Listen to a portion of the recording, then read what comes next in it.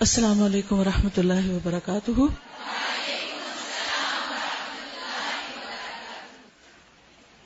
نحمده ونصلي على رسوله الكريم، اما بعد فاعوذ باللہ من الشیطان الرجیم، بسم اللہ الرحمن الرحیم، رب اشرح لي صدری ويسر لي امری واحلل عقدۃ من لسانی یفقهوا قولی۔ آج ہم انشاءاللہ حضرت اسماء بنت امیس کے بارے میں پڑھیں گے۔ آپ حضرت اسماء بنت امیس کے بارے میں کیا جانتے ہیں؟ کسی کو معلوم ہے وہ کون تھی؟ پڑھے بغیر کتاب نہیں کھولی ہے۔ پہلے سے آپ کے ذہن میں حضرت اسماء بنت امیس کا نام سنتے ہی کیا آتا ہے؟ جیسے حضرت عائشہ کے بارے میں سنتے ہیں تو فوراً کچھ چیزیں ذہن میں آ جاتی ہیں، ان کی پرسنالٹی ہمارے سامنے آ جاتی۔ اسی طرح حضرت اسماء بنت ابی بکر کے بارے میں پڑھتے ہوئے ہجرت کا واقعہ یاد آ جاتا ہے۔ حضرت خدیجہ کے بارے میں پڑھتے ہوئے ہمارے ذہن میں کچھ یادیں تازہ ہو جاتی ہیں۔ تو یہ بتائیے کہ حضرت اسماء بنت امیس کے بارے میں سنتے ہوئے کیا ذہن میں آتا ہے؟ کچھ بھی نہیں۔ اس سے ثابت ہوتا ہے کہ ہمیں صحابیات کے بارے میں پڑھنا چاہیے۔ جو اپنے ماضی کو نہ جانتا ہو وہ اپنے حال کے بارے میں کیا جانے گا، اور اس کا مستقبل تو بالکل ہی مخدوش۔ ہم کہاں سے بلانگ کرتے ہیں، ہمارے ہیروز کون ہیں، ہمارے لیے رول ماڈلز کون ہیں، وہ کون ہیں جنہوں نے ابتدائی دور میں اسلام کی خدمت کی، یہ دین جو آج ہمیں نعمت کے طور پر ملا ہے اس کے لیے قربانیاں کی۔ آج ہم بہت خوش ہوتے ہیں کہ ہم قرآن مجید پڑھ رہے ہیں اور ہم دین کی خدمت کر رہے ہیں، لیکن ہم سے پہلے راہیں ہموار کس نے کی، ان کا بھی تو پتہ ہونا چاہیے۔ اللہ سبحانہ و تعالیٰ نے قرآن مجید میں جب صراط مستقیم کی ڈیفینیشن بتائی تو کیا تھی؟ اہدنا الصراط المستقیم صراط الذین انعمت علیہم، ان لوگوں کا راستہ جن پر تو نے انعام کیا۔ عموماً ہم جب سیرت میں بھی پڑھتے ہیں تو نبی صلی اللہ علیہ وسلم کی سیرت کے بعد خلفائے راشدین یا پھر بہت سے صحابہ کی سیرت تو پڑھ لیتے ہیں، لیکن خواتین کا پہلو ہماری نگاہوں سے اوجھل رہتا ہے۔ حالانکہ بحیثیت ایک خاتون کے ہمارے لیے قریبی مثالیں کہاں سے مل سکتی؟ ایسا نہیں کہ سیرت الرسول صلی اللہ علیہ وسلم پڑھنے کی اہمیت نہیں، یا خلفائے راشدین کے بارے میں معلوم نہیں ہونا چاہیے، بہت اچھا ہے، سب معلوم ہونا چاہیے، لیکن اس کے ساتھ ساتھ جب تک ہم خواتین صحابیات کے بارے میں نہیں پڑھیں گے ہمیں نہیں معلوم ہوگا کہ اس دور میں خواتین نے دین کی خدمت اور دین پر عمل کس طرح کیا۔ اور آج ہم جو کچھ کر رہے ہیں کیا اس میں کوئی بھی چیز ایسی ہے کہ جو ان سے کہیں کوئی مماثلت رکھتی ہو؟ صراط الذین انعمت علیہم، اسی سوچ کے تحت سیرت صحابیات کا یہ سلسلہ شروع کیا گیا ہے، اور آج ہم دوسرا چیپٹر آپ کے ساتھ شیئر کر رہے ہیں، اسماء بنت امیس۔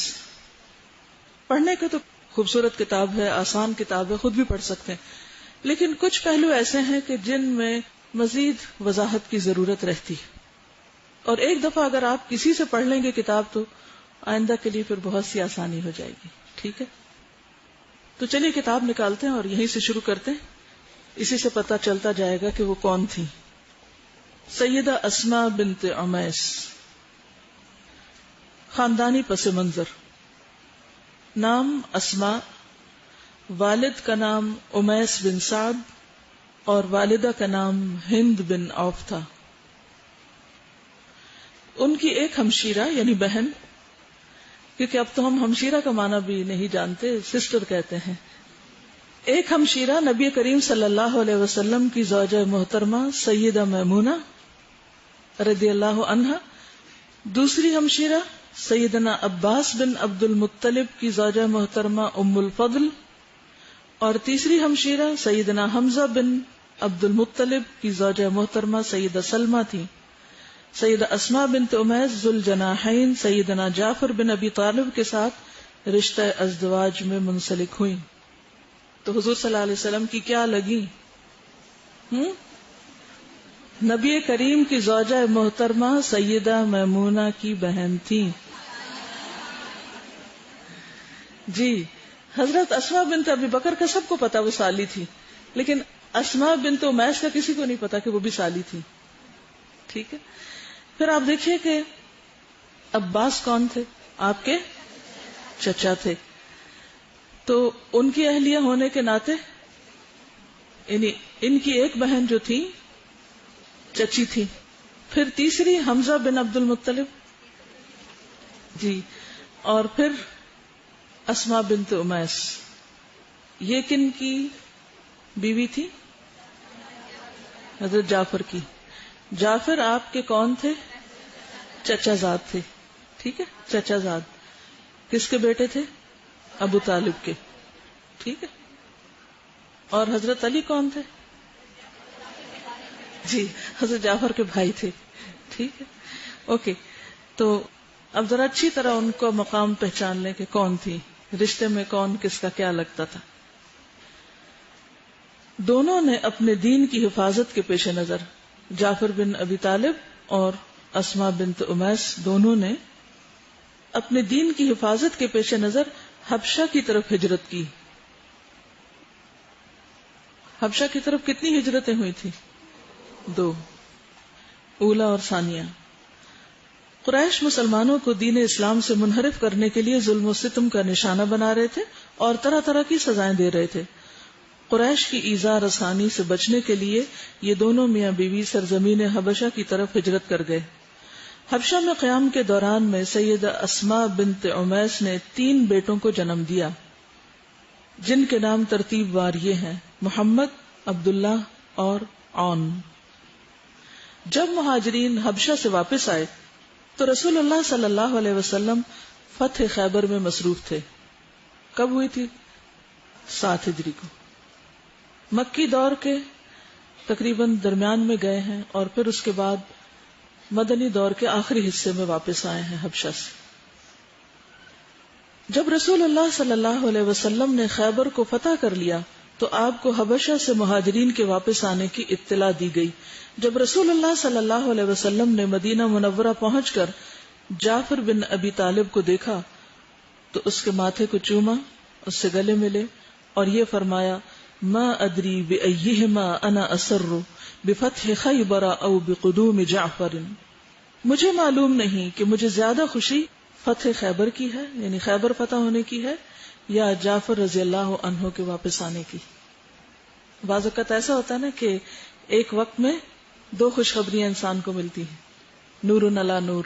تو پھر انسان کو یہ سمجھ نہیں آتی کہ اب اس پہ زیادہ خوش ہوں یا اس پہ ہوں. اس سے پتہ چلتا ہے کہ نبی صلی اللہ علیہ وسلم بھی خوش ہوتے تھے اور خوشی کا اظہار بھی کرتے تھے اور اپنے دل کی حالت بیان بھی کرتے تھے. رسول اللہ صلی اللہ علیہ وسلم سیدنا جعفر بن ابی طالب سے بڑی محبت کرتے تھے اور آپ سے ہمیشہ یہ فرماتے تھے: اشبہت خلقی و خلقی. تمہاری شکل و صورت اور طور و اطوار مجھ سے ملتے جلتے ہیں. ٹھیک ہے نا، کزن تھے تو عموماً چچا کے بیٹوں کے ساتھ شباہت ہوتی ہے بچوں کی.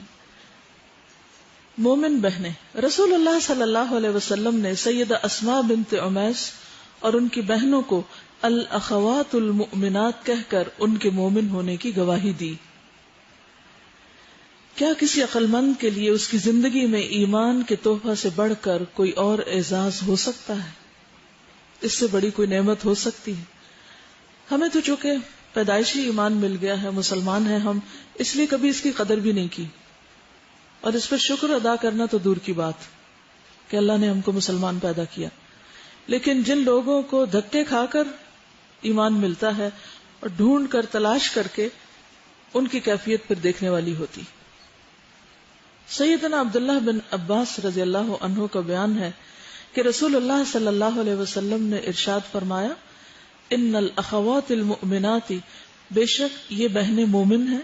اور ایک روایت میں ہے: الاخوات مؤمنات میمونۃ زوج النبی صلی اللہ علیہ وسلم وام الفضل بنت الحارث وسلمى امرأة حمزة واسماء بنت امیس. 4 مومن بہنیں، میمونہ اور ام الفضل بنت حارث، حمزہ کی بیوی، سلمہ اور اسماء بنت امیس. ام الفضل وہی ہے نا جنہوں نے حج کے موقع پر نبی صلی اللہ علیہ وسلم کو دودھ پیش کیا تھا تاکہ یہ جان لیں کہ آج آپ روزے سے ہیں یا نہیں. میدان دعوت و جہاد میں کردار. سیدہ اسماء بنت امیس اور ان کی بہنوں کا دعوت اللہ کے میدان میں بہت زیادہ اثر انگیز کردار تھا. خواتین میں دین اسلام کی نشر و اشاعت میں انہوں نے نمایاں کردار ادا کیا. امام بخاری رحمہ اللہ نے اپنی کتاب صحیح بخاری میں کچھ یوں روایت نقل کی ہے کہ ابو بردہ نے ابو موسیٰ سے روایت کیا. وہ فرماتے ہیں کہ ہم یمن میں تھے کہ ہمیں نبی کریم صلی اللہ علیہ وسلم کے مبعوث ہونے کی خبر ملی کہ اللہ نے آپ کو رسول بنایا. میں اور میرے 2 بھائی نبی کریم صلی اللہ علیہ وسلم سے ملنے کے لیے سفر ہجرت پر نکلے. میں اپنے دونوں بھائیوں سے عمر میں چھوٹا تھا. ایک کا نام ابو بردہ تھا, دوسرے کا نام ابو رحم. ہمارے ساتھ ہماری قوم کے 52 یا 53 اور اشخاص بھی تھے, 52 یا 53 لوگ اور بھی کشتی میں سوار تھے. سمندر کی لہروں نے ہمیں حبشہ کے ساحل پہ پہنچا دیا, یعنی جدہ آنے کی بجائے دوسری طرف پہنچ گئے. اگر آپ عرب کا نقشہ دیکھیں تو جزیرت العرب میں یمن نیچے آتا ہے, یعنی یمن اور اس کے سامنے افریقہ آمنے سامنے, یعنی حبشہ دوسری طرف ہے. تو یہ لوگ یمن سے جب نکلے کشتی پر تو ان کا ارادہ تھا سمندری سفر کا, کہ کنارے کنارے وہ وہاں, یعنی اب تو جدہ بندرگاہ ہے, اس زمانے میں جو بھی بندرگاہ تھی وہاں تک پہنچیں گے اور پھر وہاں سے مکہ کی طرف چلے جائیں گے. لیکن وہ الٹے رستے پہ پڑ گئے, تو بعض اوقات رستہ بھولنے میں بھی بڑی خیر ہوتی ہے. بہرحال ہم وہاں جعفر بن ابی طالب سے ملے, پھر ہم سب اکٹھے مدینہ منورہ کی طرف محو سفر ہوئے, اور وہاں نبی کریم صلی اللہ علیہ وسلم کے ساتھ ہماری ملاقات ہوئی. آپ ابھی خیبر فتح کر کے واپس مدینہ منورہ پہنچے ہی تھے. کچھ لوگ ہم کشتی والوں کے بارے میں کہا کرتے تھے کہ ہجرت کے حوالے سے ہم تم پر سبقت لے گئے. سیدہ اسماء بنت امیس نبی کریم صلی اللہ علیہ وسلم کی بیوی سیدہ حفصہ سے ملاقات کرنے ان کے پاس گئی. یہ ان لوگوں میں شامل تھی جنہوں نے حبشہ کی طرف ہجرت کی. سیدنا عمر بن خطاب سیدہ حفصہ سے ملنے کے لیے ان کے پاس تشریف لائے تو وہاں سیدہ اسماء بنت امیس بیٹھی ہوئی تھی. سیدنا عمر نے پوچھا یہ کون ہے؟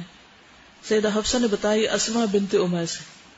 سیدنا عمر نے فرمایا وہی اسماء جو حبشہ میں رہی ہیں, حبشیہ, اور سمندر کے راستے یہاں پہنچی ہیں, بحریہ. سیدہ اسماء بولی ہاں وہی. سیدنا عمر نے فرمایا ہم ہجرت کے حوالے سے تم پر سبقت لے گئے ہیں, یعنی ہم نے تم سے پہلے ہجرت کر لی. ہم تمہاری نسبت رسول اللہ صلی اللہ علیہ وسلم پر زیادہ حق رکھتے ہیں. یہ سن کر سیدہ اسماء ناراض ہوئی, کہنے لگی واللہ ایسا نہیں ہو سکتا. تم رسول اللہ صلی اللہ علیہ وسلم کے ساتھ رہے, وہ تمہارے بھوکوں کو کھانا کھلاتے رہے, تمہارے جاہلوں کو واعظ نصیحت کرتے رہے, جبکہ ہم دور دراز پردیس میں اللہ اور اس کے رسول کی رضا کی خاطر جدائی کے دن کاٹتے رہے. یعنی تم سمجھتے ہو کہ تم قریب رہے ہو تو تمہارا زیادہ حق ہے, ہم نے بھی اسلام کے لیے کچھ کم قربانیاں نہیں کی. اللہ کی قسم میں اس وقت تک کھانا نہ کھاؤں گی اور نہ پانی پیوں گی جب تک یہ بات رسول اللہ صلی اللہ علیہ وسلم کے گوش گزار نہ کروں. اللہ کی قسم میں جھوٹ نہیں بولوں گی, بالکل وہی بات کروں گی جو آپ نے مجھے کہی, اس میں ذرا برابر بھی کمی بیشی نہیں کروں گی. اب آپ دیکھیں ان کی بہادری کے حضرت عمر رضی اللہ تعالیٰ عنہ کے ساتھ کس طرح گفتگو کر رہی. جب نبی کریم صلی اللہ علیہ وسلم تشریف لائے تو سیدہ اسماء نے عرض کیا اے اللہ کے رسول, عمر بن خطاب نے مجھے یہ کچھ کہا ہے. آپ نے پوچھا تم نے جواب میں اسے کیا کہا؟ تو انہوں نے عرض کیا کہ میں نے اسے یہ کچھ کہا ہے. پھر رسول اللہ صلی اللہ علیہ وسلم نے فرمایا لیس بأحق بی منکم وَلَهُ وَلِأَصْحَابِهِ هِجْرَةٌ وَاحِدَةٌ وَلَكُمْ أَنْتُمْ أَهْلَ السَّفِينَةِ هِجْرَتَانِ. کوئی تم سے زیادہ مجھ پر حق نہیں رکھتا. عمر اور اس کے ساتھیوں نے ایک ہجرت کی جبکہ تم کشتی والوں نے 2 ہجرتیں کرنے کی سعادت حاصل کی. ایک ہجرت حبشہ کی طرف تھی اور دوسری ہجرت پھر مدینہ کی طرف. اس سے کیا بات سامنے آتی؟ بعض اوقات ہمیں صرف اپنی خوبی, اپنی خیر, اپنی بھلائی, اپنی نیکیاں, اپنے کارنامے یاد رہتے ہیں, اور ان کے شوق میں ہم دوسرے کسی کی کوئی بات ہی نہیں سنتے, یا ان کے کام کو کوئی اہمیت ہی نہیں دیتے, یا اس پر کوئی توجہ ہی نہیں دیتے.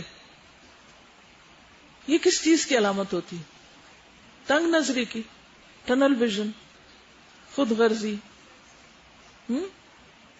لیکن دین کے بڑے فائدے کے لیے نظر بھی بڑی ہونی چاہیے, صرف اپنے اوپر نہیں دوسروں کی خیر بھی نظر آنی چاہیے. اب یہاں بظاہر ایسے لگتا ہے کہ جیسے وہ دونوں آپس میں مقابلہ کر رہے ہیں اور ایک دوسرے کے ساتھ شاید ناراض ہو رہے ہیں، یا کوئی منفی معنی نہیں ہے. اصل بات یہ ہے کہ صحابہ میں سے ہر ایک کو دین کے معاملے میں دوسرے سے آگے بڑھنے کا شوق تھا. بہت ہی ہیلدی کمپٹیشن، اور یہ ہونا چاہیے. اور ان کا جو غم تھا یا ان کی جو فکر تھی یا ان کی جو پریشانی تھی وہ یہ کہ کہیں ہم پیچھے تو نہیں رہ گئے. اب مثلاً وہ اتنے سال حبشہ میں رہی، اور آپ کو معلوم ہے کہ حبشہ میں دعویٰ کرنے کی اجازت نہیں تھی ان کو. جو وہاں کی حکومت تھی انہوں نے کہا کہ ہم آپ کو یہاں پر امان تو دیتے ہیں، آپ امن سے رہیے، جب تک چاہے رہیں، کوئی آپ کو چھیڑ نہیں سکتا، کوئی آپ کو نقصان نہیں دے گا، لیکن اپنے دین کی آپ تبلیغ نہیں کریں گے. تو اس لیے اتنے سال وہ ایک مجبوری کی وجہ سے تبلیغ نہیں کر سکے تھے. وہ جتنے تھے تقریباً اتنے ہی رہے، پھیل نہیں سکے. اور اس میں بھی اللہ کی حکمت ہوگی، کیونکہ اگر وہ لوگ تبلیغ کرتے تو ہو سکتا ہے کہ سارا حبشہ مسلمان ہو چکا ہوتا اور نبی صلی اللہ علیہ وسلم مدینہ جانے کی بجائے حبشہ کی طرف ہجرت کر جاتے، کیونکہ ایک میدان ہموار ہو چکا ہوتا. یہ اللہ تعالیٰ کی بہت بڑی حکمت ہوتی. لیکن عام اپنی زندگی میں ہم ان چیزوں کو نہیں سمجھتے اور اللہ تعالیٰ کے فیصلوں کو قبول نہیں کرتے، اور ہم کہتے ہیں کہ ہم کیوں اس پوزیشن میں ہیں، ہم کیوں اس کنڈیشن میں ہیں، مزریبل ہو جاتے ہیں. بعض اوقات ہم نے دین کی خدمت کا بھی جو ایک مخصوص نقشہ یا حلیہ بنا رکھا ہے، جب اس خاص فریم ورک میں ہم کام نہیں کر پاتے تو پھر ہم سمجھتے ہم نے کچھ کیا ہی نہیں. ہے نا ایسی بات؟ ہم شاید پیچھے ہی رہ گئے. اگر آپ کے اندر یہ تڑپ ہو تو آپ میری بات سمجھ سکتے ہیں، اور اگر نہ ہو تو میری بات بھی سمجھ نہیں آئے گی میں کیا رہی ہوں. تو اصل مقصد کہنے کا یہی ہے کہ انسان زندگی میں اگر ایک خواب دیکھتا ہے کہ مجھے یہ کرنا آئندہ، یا اس کا دل کسی ایک کام کو کرتا ہے. مثلاً پروفیشنل لائف میں بھی آپ دیکھیں کہ بہت سے لوگ چاہتے ہیں کہ ڈاکٹر بنے، لیکن کتنے بچوں کو میڈیکل کالج میں ایڈمیشن ملتا ہے؟ لمیٹڈ ہوتے ہیں نا. اور آپ نے دیکھا ہوگا ان بچوں کا حال اس وقت جن کو ایڈمیشن نہیں ملتا کہ کس طرح وہ ڈپریسڈ ہوتے ہیں اور کیسے کیسے پریشان ہوتے ہیں. اور پھر بعض لوگ ڈاکٹر بھی بن جاتے ہیں، ان کی یہاں تک تمنا پوری ہو جاتی. لیکن لڑکیوں کی کئی دفعہ شادی ہوتی ہے اور بعد میں ان کو پریکٹس کی اجازت نہیں ملتی، تو وہ سارے خواب ادھورے رہ جاتے ہیں. اب ایسا نہیں کہ اگر کوئی شخص وہ نہیں کر سکا جو وہ سوچے ہوئے تھا یا جس کے لیے وہ تڑپ رہا تھا، اور اللہ تعالیٰ نے زندگی میں اس کا رخ کسی اور طرف موڑ دیا، تو ایسا نہیں کہ امکانات ختم ہو گئے، ایسا نہیں کہ درجات بڑھنے سے رک گئے. جب تک اللہ نے آپ کو زندگی دی ہے، جب تک آپ کے پاس عقل اور سمجھ ہے، جب تک اللہ کی کتاب آپ کے ہاتھ میں ہے، آپ کی ساتھی ہے، تو آپ کے لیے کوئی مشکل نہیں. جہاں ایک دروازہ بند ہوتا ہے وہاں کئی اور کھلتے ہیں اور آپ اس سے فائدہ اٹھا سکتے ہیں. آپ یقین کیجئے کہ اگر واقعی سچے معنوں میں آپ کے اندر انسانیت کا درد اور آپ کے اندر ان کی بھلائی کا جذبہ ہے، تو گھر سے آپ اگر پہلا قدم باہر نکالیں گے نا اپنی گلی کے اندر، تو وہاں بھی آپ کو بہت سے کام مل جائیں گے. آپ تھوڑا سا ہی آگے جائیں گے، دائیں بائیں دیکھیں گے، بہت سے لوگ اس چیز کے متلاشی ہوں گے، یا اس چیز کے اگر وہ خود متلاشی نہیں تو ضرورت مند ضرور ہوں گے جو اللہ نے آپ کو دی ہوئی ہے اور جو ان تک بھی پہنچنی چاہیے. لیکن آپ تو صرف یہ رونا رو رہے ہیں کہ وہ میری سہیلیاں چھوٹ گئیں اور الہدا چھوٹ گیا اور میں تو اب کسی کام کی نہیں رہی. اور پھر اپنے لیے سارے بہانے عذر کر کے اور پھر ہم اسی دنیا میں واپس کھو جاتے ہیں جس سے ہم نکلے ہوتے ہیں. اور قرآن پڑھتے ہوئے جو عہد باندھتے ہیں اللہ کے ساتھ، بندوں کے ساتھ، وہ سب بھی بھلا دیتے ہیں. ایسے تو کام نہیں چلتا. اب یہاں ہم دیکھتے ہیں کہ حضرت اسماء اور ان کے جتنے بھی اور ساتھی تھے جو حبشہ میں رہے، وہ اس وقت وہ سب کچھ نہیں کر سکے جو وہ کرنا چاہتے تھے. لیکن اس کا یہ مطلب نہیں کہ انہوں نے اپنی عبادات میں کمی کی، یا اپنے طور پر جو اپنی اولاد کی تربیت یا اور جو بھی کام اللہ نے ان کو دیے اس میں کوئی کمی کی، یا دین میں پیچھے رہ گئے کہ اب ہم حبشہ اتنی دور چلے آئے ہیں اور اب تو حضور صلی اللہ علیہ وسلم ہمارے ساتھ نہیں اور ہمیں وہ ماحول نہیں ملا اور اب ہمارا ایمان ڈاؤن جا رہا ہے اور اپنے آپ کو بس رو دھو کے تسلی دے دی. ایسا کچھ بھی نہیں ہے. آپ دیکھیے کہ جب واپس آتی ہے اور حضرت عمر سے بات ہوتی ہے اور حضرت عمر کہتے ہیں ہاں تم وہی لوگ, کیونکہ عام طور پہ امپریشن لوگوں کا بھی یہی ہو جاتا ہے نا کہ جو قریب کے لوگ ہیں, جو روز ملاقات کر رہے ہیں یا جو بڑی بڑی قربانیاں کر رہے ہیں, obviously جو چیز نظر آتی ہے انسان اسی کو امپورٹنس دیتا ہے. تو انہوں نے اس بنا پہ کہا کہ ہم زیادہ حقدار ہیں. تو حضرت اسماء کو یہ بات بہت چبھی کہ اچھا اس کا مطلب ہم پیچھے رہ گئے, ہمارا کیا ہوا؟ تو اس پر نبی صلی اللہ علیہ وسلم کی یہی کامیابی, اور کوئی بھی کامیاب لیڈر اسی طرح کی سوچ رکھتا ہے اور وہ دلداری کرنا جانتا ہے کہ کس طرح ساتھیوں کا ہر دم حوصلہ بڑھایا جائے. تو انہوں نے ان کی 2 ہجرتوں کو, یعنی بعض اوقات کوئی ایک کام ایسا ہوتا ہے جو بظاہر دیکھنے میں معمولی ہوتا ہے لیکن اللہ کے یہاں بہت عظیم ہوتا ہے.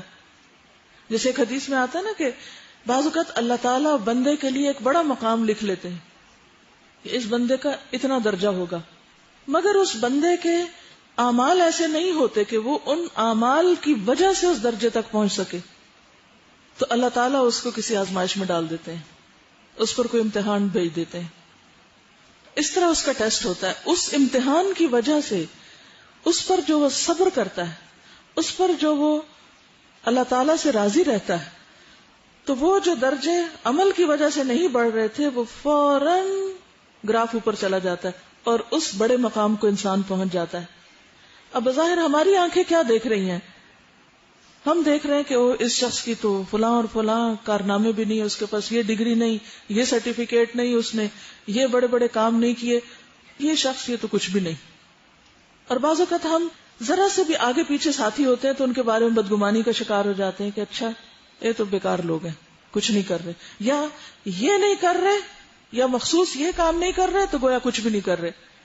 اس سوچ کو بدلنے کی ضرورت ہے. اللہ تعالیٰ نے ہر بندے کو مخصوص صلاحیت دی ہے, کبھی اس پر ایک دور گزرتا ہے, کبھی دوسرا گزرتا ہے, کبھی تیسرا. زندگی اگر سٹل ہو جائے, ایک ہی روٹین میں ہم لگے رہیں تو شاید ہم بہت کچھ نہ سیکھ سکیں اور ہماری حقیقی ترقی نہ ہو. تو ایک چیز ہمیشہ یاد رکھیے کہ اللہ تعالیٰ جن بھی حالات میں رکھے ان پر راضی رہیں, ان حالات کے اندر سٹرگل کریں, اس میں پائے جانے والے امکانات کو تلاش کریں اور اپنی صلاحیتوں سے بھرپور فائدہ اٹھائیں. چاہے آپ ایک شہر میں ہیں یا دوسرے, یا ایک ملک میں یا دوسرے, یا ایک گروپ کے ساتھ ہیں یا دوسرے, کہیں پر بھی ہیں, حساب آپ کا اس بات پر ہوگا کہ آپ نے اپنی زندگی کو کہاں گزارا, آپ نے اپنے اوقات کو کہاں استعمال کیا, آپ نے اپنے جسم کو کن کاموں میں گلایا. تو حالات, واقعات, کام کی شکلیں, صورتیں بدلنے سے اجر کم نہیں ہوتا, ایز لانگ ایز ہماری نیت اچھی ہے اور ہم اللہ کے لیے آگے بڑھتے چلے جا رہے ہیں. اور اگر بظاہر دیکھنے میں ہم بڑے بڑے کارنامے بھی کر رہے ہوں لیکن اللہ کے لیے نہ کر رہے ہوں, سیلف پروجیکشن کے لیے یا اپنی ذات کی صرف سیٹسفیکشن کے لیے, تو ہو سکتا ہے اس کا کچھ فائدہ نہ ملے کل کو. تو ہر وقت اپنے آپ کو کھنگالتے رہیں, اپنے آپ کو پرکھتے رہیں, پوچھتے رہیں کہ کیوں کر رہا ہوں یہ کام. اگر صرف اللہ کے لیے کیے جانے والے کام میں آپ کو موٹیویشن نہیں اور اللہ کو راضی کرنے کے لیے آپ کے اندر کوئی طاقت نہیں تو پھر کچھ بھی نہیں.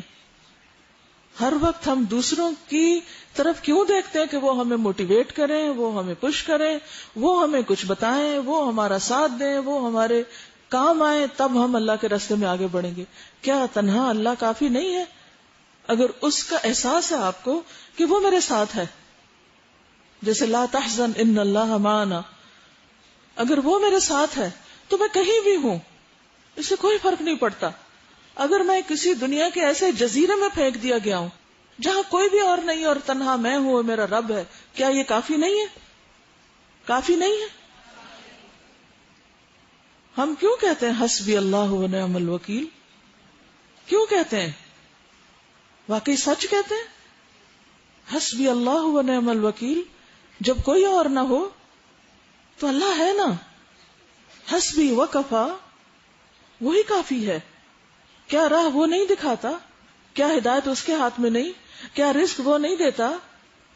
وہی رازق ہے, وہی ہادی ہے, وہی سب کچھ ہے, اور اسی کی طرف لوٹ کر جانا ہے. صحابہ میں اور ہم میں فرق اسی چیز کا ہے کہ ان کا ہر کام اللہ کے لیے تھا، اس لیے تھوڑے میں بھی بہت برکت ہوئی. انہوں نے بڑے بڑے ہنگامے نہیں کھڑے کیے دین کے نام پر، دکھاوے نہیں کیے، جو بھی رول ملا اس میں اپنی صلاحیتوں کو بھرپور استعمال کیا اور اللہ تعالیٰ نے اسی میں برکت ڈالی. تو بہرحال حضرت اسماء کو یہ فکر ہوئی کہ اچھا ہم پیچھے رہ گئے. تو ان کو تو اپنا کھانا پینا بھول گیا. انہوں نے کہا کہ میں تو پہلے اس مسئلے کو حل کروں گی، کیونکہ زندگی ایک بار ملی ہے نا. اگر ہم نیکیوں میں پیچھے رہ گئے، ہو سکتا ہے صبح سے آپ مختلف لوگوں کو سن کر اپنا جائزہ لے رہے ہو کہ ہم کیوں پیچھے رہ گئے، ہم بھی تو یہ آگے بڑھ سکتے تھے. اگر کوئی ایک کچھ کر سکتا ہے تو ہم بھی کر سکتے ہیں. تو اگر یہ احساس بھی پیدا ہو گیا تو پھر کچھ کرنے کا عزم ٹھان کے نکلنا چاہیے، اور اس بات کا غم لگنا چاہیے کہ کہیں ہم تو اللہ کی اطاعت میں، اللہ کے دین کی خدمت میں پیچھے نہیں رہ گئے. یہ ہونا چاہیے اصل غم، اور یہ ہونی چاہیے اصل پریشانی. حالات کا رونا نہ روتے رہا کریں، اور نہ اپنی ذات کا رونا. سیدہ اسماء فرماتی ہیں کہ ابو موسیٰ اور کشتی والے میرے پاس جتھوں کی صورت میں آ کر اس حدیث کے بارے میں پوچھتے کیوں نہ. ان کے لیے یہی بہت بڑی خوشی تھی کہ نبی کریم صلی اللہ علیہ وسلم نے انہیں 2 ہجرتوں کی سعادت حاصل کرنے والے قرار دیا. یعنی چونکہ یہ ان کی براہ راست حضور صلی اللہ علیہ وسلم سے بات ہوئی تھی تو لوگ ان سے آ کے کنفرم کرتے تھے کہ کیا واقعی ہمارے لیے یہ خوشخبری تھی. نبی کریم صلی اللہ علیہ وسلم کا یہ فرمان ان کے لیے بہت بڑا اعزاز تھا. وہ اس پر بہت زیادہ نازاں و فرحاں تھے. ابو بردہ بیان کرتے ہیں، سیدہ اسماء فرماتی ہیں کہ ابو موسیٰ میرے حوالے سے بار بار یہ حدیث بیان کرتے تھے. یعنی ان کی سند سے یہ حدیث کثرت سے پھر آگے روایت کی جاتی تھی اس خوشخبری کی.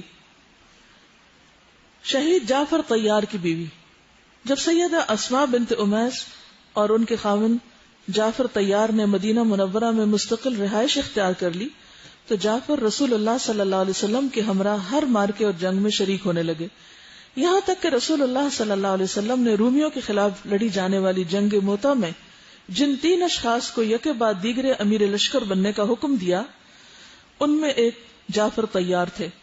امام احمد بن حنبل نے اپنی مسند میں خالد بن شمیر سے روایت نقل کی ہے کہ ہمارے پاس عبداللہ بن رواح تشریف لائے.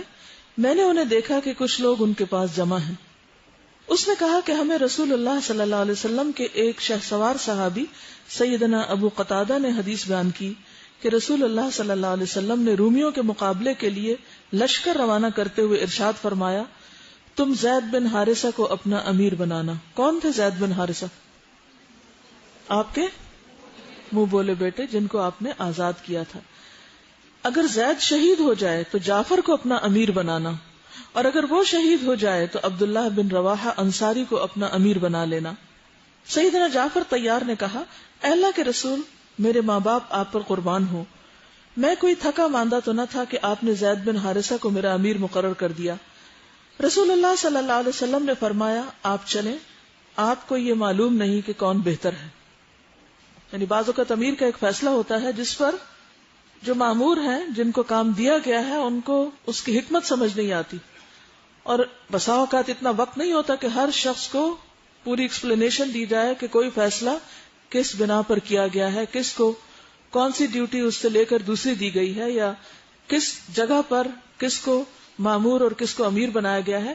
یہ چیزیں زندگی میں بہت مشکلات پیدا کرتی. بہرحال انہوں نے آگے سے کوئی آرگیومنٹ نہیں کی اور چل دیے. لشکر اسلام روانہ ہو گیا، اور چند دنوں کے بعد رسول اللہ صلی اللہ علیہ وسلم منبر پر جلوہ افروز ہوئے اور حکم دیا، الصلاۃ جامعہ، یعنی نمازوں کے علاوہ جب لوگوں کو مسجد میں جمع کیا جاتا تو یہ الفاظ بولے جاتے. آپ لوگ اگر حج عمرے پر کبھی گئے ہوں اور مسجد الحرام میں اگر صلاۃ الاستسقاء یا کسی اور غرض کے لیے لوگوں کو اکٹھا کیا گیا تو یہ الفاظ آپ نے سنے ہوں گے، الصلاۃ جامعہ. جب لوگ جمع ہو گئے تو رسول اللہ صلی اللہ علیہ وسلم نے فرمایا، اللہ خیر کرے، کیا میں تمہیں لشکر کے بارے میں وہ خبر نہ بتاؤں جو مجھے وحی کے ذریعے سے معلوم ہوئی ہے؟ ہوا یہ ہے کہ مجاہدین روانہ ہوئے، دشمن کے ساتھ ان کا مقابلہ ہوا. امیر لشکر زید بن حارثہ داد شجاعت دیتے ہوئے شہید ہو گئے. اس کے حق میں مغفرت کی دعا کرو. تو لوگوں نے مغفرت کی دعا کی. اس کے بعد لشکر اسلام کا جھنڈا جعفر بن ابی طالب نے تھام لیا. وہ بھی دشمن کا مقابلہ کرتے ہوئے جام شہادت نوش کر گئے ہیں. اس کے حق میں بھی مغفرت کی دعا کرو. تو لوگوں نے مغفرت کی دعا کی. اس کے بعد لشکر اسلام کا جھنڈا عبداللہ بن رواحہ نے تھام لیا. اس نے دشمن کا ڈٹ کر مقابلہ کیا، لیکن وہ بھی داد شجاعت دیتے ہوئے شہید ہو گئے. اس کے حق میں بھی مغفرت کی دعا کرو. لوگوں نے اس کے حق میں بھی مغفرت کی دعا کی. پھر رسول اللہ صلی اللہ علیہ وسلم نے فرمایا، اس کے بعد لشکر اسلام کا جھنڈا خالد بن ولید نے تھام لیا. وہ امیر لشکر بن گیا. رسول اللہ صلی اللہ علیہ وسلم نے اپنے دست مبارک کی 2 انگلیاں آسمان کی طرف اٹھائیں، یعنی 2 انگلیاں اوپر کو اٹھائیں، اور یہ ارشاد فرمایا، اللہم ہوا سیف من سیوف اللہ، الہی وہ اللہ کی تلواروں میں سے ایک تلوار ہے. کون؟ خالد بن ولید. فانتصر بہ، تو اس کے ذریعے مدد فرما. اس دن سے سیدنا خالد بن ولید کا نام سیف اللہ مشہور ہوا. پھر نبی کریم صلی اللہ علیہ وسلم نے فرمایا، انفروا فامدوا اخوانکم ولا يتخلفن احد، چلو اور اپنے بھائیوں کی مدد کرو اور کوئی پیچھے نہ رہے. لوگ سخت گرمی میں پیدل اور سوار ہو کر چل پڑے. اسماء رضی اللہ تعالی عنہا کو سیدنا جعفر کی شہادت کا علم کیسے ہوا؟ حضرت اسماء خود شہادت کی داستان کچھ اس طرح بیان کرتی ہیں کہ جب جعفر اور اس کے ساتھی شہید ہو گئے تو رسول اللہ صلی اللہ علیہ وسلم میرے ہاں تشریف لائے. میں 40 عدد چمڑے کی کھالوں کو رنگ دے چکی تھی، آٹا گوندھ لیا تھا اور اپنے بچوں کو نہلا دہلا کر ان کے سروں پر تیل لگا چکی تھی اور انہیں صاف ستھرے کپڑے پہنا دیے تھے. رسول اللہ صلی اللہ علیہ وسلم نے فرمایا، جعفر کے بچوں کو میرے پاس لاؤ. میں نے تمام بچوں کو آپ کی خدمت میں پیش کر دیا. آپ ان سے پیار کرنے لگے. میں نے دیکھا کہ آپ کی آنکھوں سے آنسو جاری ہیں. میں گھبرا گئی. میں نے عرض کیا، اللہ کے رسول صلی اللہ علیہ وسلم، میرے ماں باپ آپ پر قربان ہوں، خیر تو ہے؟ کیا آپ کو جعفر اور اس کے ساتھیوں کے بارے میں کوئی خبر پہنچی ہے؟ فرمایا، ہاں، وہ آج سب شہید ہو گئے ہیں. سیدہ اسماء فرماتی ہیں، یہ بات سنتے ہی میرے اوسان خطا ہو گئے. میں آہوزاری کرتے ہوئے وہاں سے اٹھ کھڑی ہوئی. میری آہو بکا کو سن کر عورتیں میرے گھر میں اکٹھی ہونے لگی. رسول اللہ صلی اللہ علیہ وسلم اپنے گھر گئے اور اہل خانہ کو یہ ارشاد فرمایا، الا تغفلوا آل جعفر من ان تصنعوا لهم طعاما فانهم قد شغلوا بامر صاحبهم. آج جعفر کے گھر والوں کو فراموش نہ کرنا، ان کے لیے کھانا تیار کرو، وہ اپنے سربراہ کے غم میں مبتلا ہیں. اسی حدیث سے وہ دلیل لی جاتی ہے کہ میت کے گھر والے خود کھانا نہ پکائیں بلکہ عزیز رشتہ دار اس کی طرف بھیجیں. لیکن اب کیا ہوتا ہے، بعض اوقات دوسرے لوگ بھیجتے ہیں اور بعض اوقات ان کو خود دعوتوں کا انتظام کرنا پڑتا ہے، جو کہ الگ سے ایک رسم بن چکی. خواتین سیدہ اسماء کے پاس جمع ہوئی، انہیں تسلی دینے لگی تاکہ اس کا غم غلط ہو خاوند کی شہادت کی بنا پر جو اس کو لاحق ہوا ہے. رسول اللہ صلی اللہ علیہ وسلم نے فرمایا، یا اسماء لا تقولی حجرا ولا تضربی صدرا، اے اسماء کوئی نازیبا بات نہ کہنا اور سینہ کو بھی نہ کرنا، یعنی ماتم نہیں کرنا. رسول اللہ صلی اللہ علیہ وسلم اپنی بیٹی سیدہ فاطمہ الزہرا کے پاس آئے تو وہ جعفر کی وفات کے غم میں رو رہی تھی. رسول اللہ صلی اللہ علیہ وسلم نے فرمایا، الا مثل جعفر فلتبکی الباکیہ، جعفر جیسے پر رونے والی کو رونا چاہیے. یعنی یہ آنسو جو ہیں وہ منع نہیں ہے، یعنی کسی بھی میت کے غم میں رویا جا سکتا ہے، لیکن چیخنا چلانا اور آواز کے ساتھ رونا ممنوع ہے. پھر رسول اللہ صلی اللہ علیہ وسلم نے فرمایا، اصنعوا لآل جعفر طعاما فإنهم قد أتاهم امر شغلهم، آل جعفر کے لیے کھانا تیار کرو، ان کو ایک ایسا حادثہ پیش آ گیا ہے جس نے ان کو مشغول کر دیا ہے.